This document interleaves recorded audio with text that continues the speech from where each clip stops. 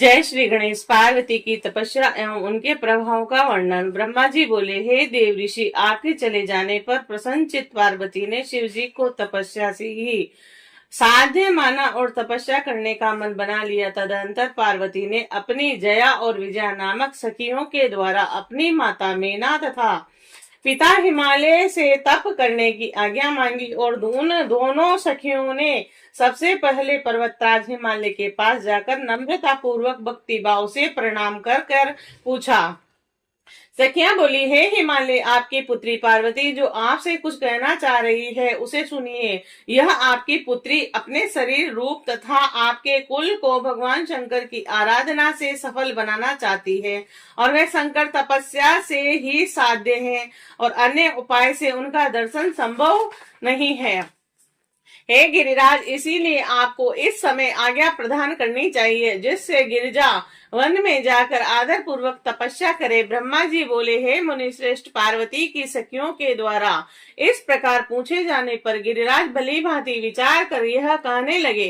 हिमालय बोले, मुझे तो यह बात अच्छी लगती है, परंतु यदि पार्वती की माता को यह बात अच्छी लगे तो ऐसा ही होना चाहिए। यदि ऐसा हो तो इससे बढ़कर और क्या बात हो सकती है।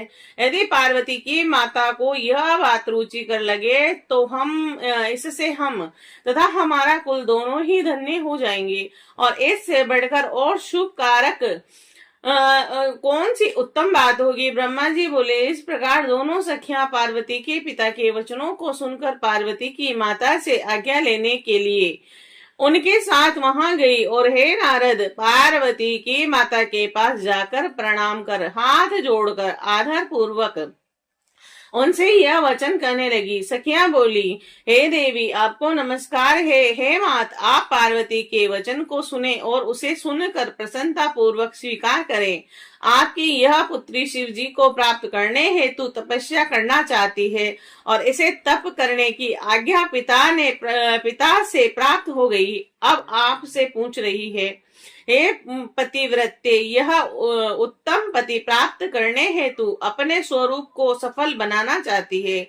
अतः यदि आपकी आज्ञा हो तो यह तपस्या करे। ब्रह्मा जी बोले, हे मुनीश्वर, इस प्रकार कहकर सखियां चुप हो गई। मेना इस बात को सुनते ही खिन्न मन वाली हो गई और उन्होंने इस बात को अस्वीकार कर दिया। तब वे पार्वती शिव जी के चरण कमलों का ध्यान कर हाथ जोड़कर विनम्र चित्त होकर अपनी माता से स्वयं कहने लगी। पार्वती बोली, हे मात, हे महेश्वर को प्राप्त करने के लिए प्रातः काल तपस्या हेतु तपोवन जाना चाहती हूँ, अतः आप मुझे जाने के लिए आज ही आज्ञा प्रदान कीजिए। ब्रह्मा जी बोले, पुत्री की यह बात सुनकर मेना दुखी हो गई और विकल होकर पुत्री को अपने पास बुलाकर कहने लगी। मीना बोली, हे शिवे, हे पुत्री, यदि तुम दुखी हो और तपस्या करना चाहती हो तो घर में ही तपस्या करो। हे पार्वती, अब बाहर मत जाओ। जब मेरे घर में ही सब देवता, तीर्थ तथा समस्त क्षेत्र विद्यमान है तो तप करने के लिए तुम अन्यत्र कहाँ जा रही हो। हे पुत्री, तुम हट मत करो और न तो कहीं बाहर जाओ। तुमने पहले क्या सिद्ध कर लिया और अब क्या सिद्ध करोगी। हे वत्से, तुम्हारा शरीर कोमल है और तपस्या तो बड़ा कठिन कार्य है, इसीलिए तुम यही तपस्या करो। यही कई बार मत जाओ और मनोकामना की पूर्ति के लिए स्त्रियों के वन जाने की बात तो मैंने नहीं सुनी है। इसीलिए हे पुत्री, तपस्या करने के लिए वन गमन का विचार मत करो। ब्रह्मा जी बोले, इस प्रकार उनकी माता ने अनेक प्रकार से पुत्री को वन जाने के लिए मना किया, किंतु शंकर जी की आराधना के बिना कहीं भी उन पार्वती को शांति नहीं मिली और मेना ने बार बार तपस्या के निर्मित वन जाने से उन्हें रोका। इसी कारण से शिवा ने उमा नाम प्राप्त किया और हे मुने, इसके बाद तपस्या की अनुमति न मिलने से उन शिवा को दुखी जानकर शैल प्रिया मेना ने पार्वती को तप करने के लिए आज्ञा प्रदान की। है मुनि श्रेष्ठ, माता की आज्ञा पाकर उत्तम व्रत वाली पार्वती ने शंकर का स्मरण करते हुए अपने मन में बड़े सुख का अनुभव किया। तदंतर शिवा माता पिता को प्रसन्नता पूर्वक परिणाम कर अपनी दोनों सखियों को साथ लेकर शिव जी का स्मरण करके तपस्या करने के लिए वन की ओर चली गई। उन्होंने अनेक प्रकार के विचारों, प्रिय वस्तुओं तथा नाना प्रकार के वस्त्रों का परित्याग कर और मांझी मेखला बांधकर सुंदर वलक वक्ल को धारण कर लिया और बहुमूल्य हार उतार कर मृग चर्म धारण कर लिया। और इसके बाद वे तपस्या करने के लिए गंगा अवतरण नामक स्थान पर चली गई। ध्यान करते हुए शंकर ने कहा, कामदेव को जलाकर भस्म कर दिया था, वहीं हिमालय का गंगा अवतरण नाम वाला शिखर है। हे तात, काली हिम प्रदेश के शिखर पर स्थित उसी गंगा अवतरण नामक स्थान पर गई और जगदम्बा पार्वती काली ने उसे शिवजी से रहित देखा और जहां स्थित रहकर शिवजी ने अत्यंत कठिन तप किया था और उस स्थान पर जाकर वे क्षण भर के लिए शिव विरह से व्याकुल हो उठी। और उस समय वे हाँ शंकर इस प्रकार कहकर रोती हुई चिंता तथा शोक से युक्त होकर अत्यंत दुखित हो विलाप करने लगी। इसके अंतर बहुत समय के बाद हिमालय पुत्री पार्वती धैर्य पूर्वक मोह का त्याग करके नियम में दीक्षित हुई और वे उस महान उत्तम श्रृंगी तीर्थ में तपस्या करने लगी। उस स्थान में गौरी के तपस्या करने के कारण उसका गौरी शंकर ऐसा नाम पड़ा। और हे मुने, जहाँ पार्वती ने अपनी तपस्या के परीक्षा के लिए अनेक प्रकार के पवित्र, सुंदर तथा फलवान वृक्ष लगाए और उन सुंदरी ने भूमि शुद्धि और वेदी का निर्माण करके मन के साथ समस्त इंद्रियों को रोककर उसी स्थान पर मुनियों के लिए भी कठिन तपस्या आरंभ कर दी।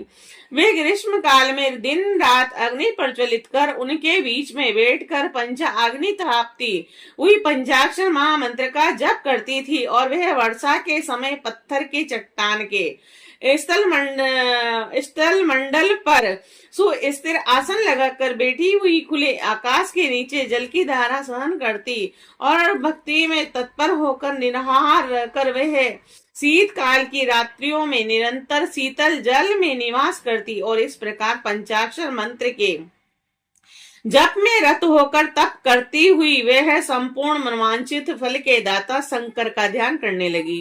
वे प्रतिदिन अवकाश मिलने पर अपने द्वारा लगाए गए सुंदर वृक्षों को सखियों के साथ प्रसन्नता पूर्वक सींचती थी तथा अतिथि सत्कार भी करती थी और शुद्ध चित्त वाली वह पार्वती आदि सर्दी, अनेक प्रकार की वर्षा तथा असहाय धूप बिना कष्ट माने सहन करती थी। हे मुने, इस प्रकार उनके ऊपर अनेक प्रकार के दुख आए परंतु उन्होंने उनकी कुछ भी परवाह नहीं की और वह केवल शिव में मन लगाकर वहां स्थित थी। इस प्रकार तप करती हुई देवी ने पहले फलहार से और फिर पत्ते के आहार से कर्म से अनेक वर्ष बिताए।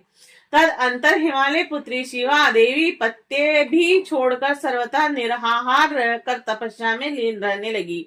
जब उन हिमालय पुत्री शिवा ने पत्ते खाना भी छोड़ दिया तब वे शिवा देवताओं के द्वारा अर्पणा कही जाने लगी और इसके बाद पार्वती भगवान शिव का ध्यान करके एक पैर पर खड़ी होकर पंचाक्षर मंत्र का जप करती हुई कठोर तपस्या करने लगी। उनके अंग चीर और बकल से ढके थे, वे सिर पर जटा जूट को धारण किए हुई थी। इसी प्रकार शिवजी के चिंतन में लगी हुई पार्वती ने तपस्या के द्वारा मुनियों को भी जीत लिया और इस प्रकार तप करती हुई तथा महेश्वर का चिंतन करती हुई उन काली ने 3000 वर्ष तक तपोवन में बिता दिए। जहाँ पर शंकर जी ने 60,000 वर्ष तक तपस्या की थी, उस स्थान पर कुछ क्षण रुककर वे अपने मन में विचार करने लगी, हे महादेव, क्या आप तपस्या में संलग्न हुई मुझे नहीं जानते, जो कि मुझे तपस्या में लीन हुए इतने वर्ष बीत गए, फिर भी आपने मेरी सुधि न ली। और लोक एवं वेद में मुनियों के द्वारा सदा गान किया जाता है कि भगवान शंकर सर्वज्ञ, सर्वात्मा तथा सर्वदर्शन है। वे देव समस्त ऐश्वर्य को प्रदान करने वाले, सब प्रकार के भावों से प्राप्त होने वाले, भक्तों के मनोरथ सदा पूर्ण करने वाले तथा सभी प्रकार के कष्टों को दूर करने वाले हैं। यदि मैं अपनी सारी कामनाओं का त्याग कर मात्र वृक्ष ध्वज शंकर में निरुक्त हूँ, तो वे शंकर मुझ पर प्रसन्न हो। और यदि मैंने उत्तम भक्ति के साथ विधि पूर्वक नृत्य नारद स्तोत्र पंचाक्षर मंत्र का जप किया है, तो वे शिव जी मेरे ऊपर प्रसन्न हो। यदि मैंने विकार रहित होकर भक्ति पूर्वक सर्वेश्वर शिव का यथोयुक्त चिंतन किया है, तो वे शंकर मुझ पर प्रसन्न हो। इस तरह नृत्य अपने मन में सोचती हुई उन्होंने नीचे की ओर मुख किए हुए जटा वकल धारण कर निर्विकार होकर दीर्घ काल तक तप किया। और इस तरह उन्होंने मुनियों के लिए भी दुष्कर तपस्या की, जिसका स्मरण कर वहां सभी पुरुष परम विस्मय में पड़ गए।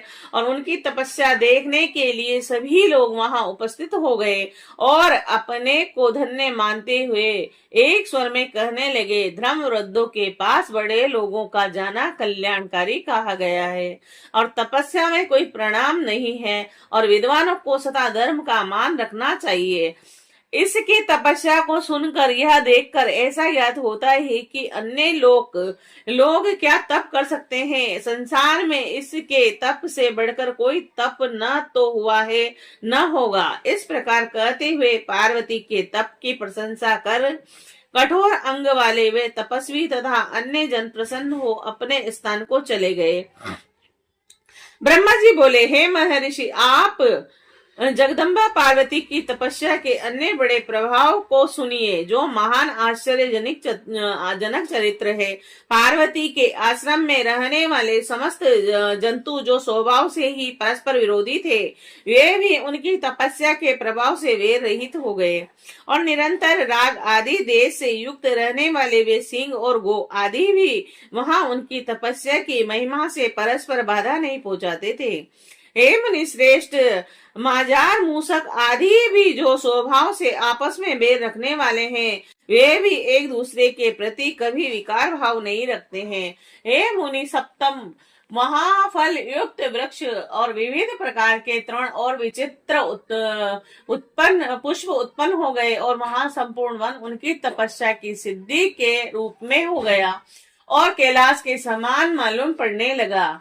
श्री शिवाय नमस्तुभ्यम।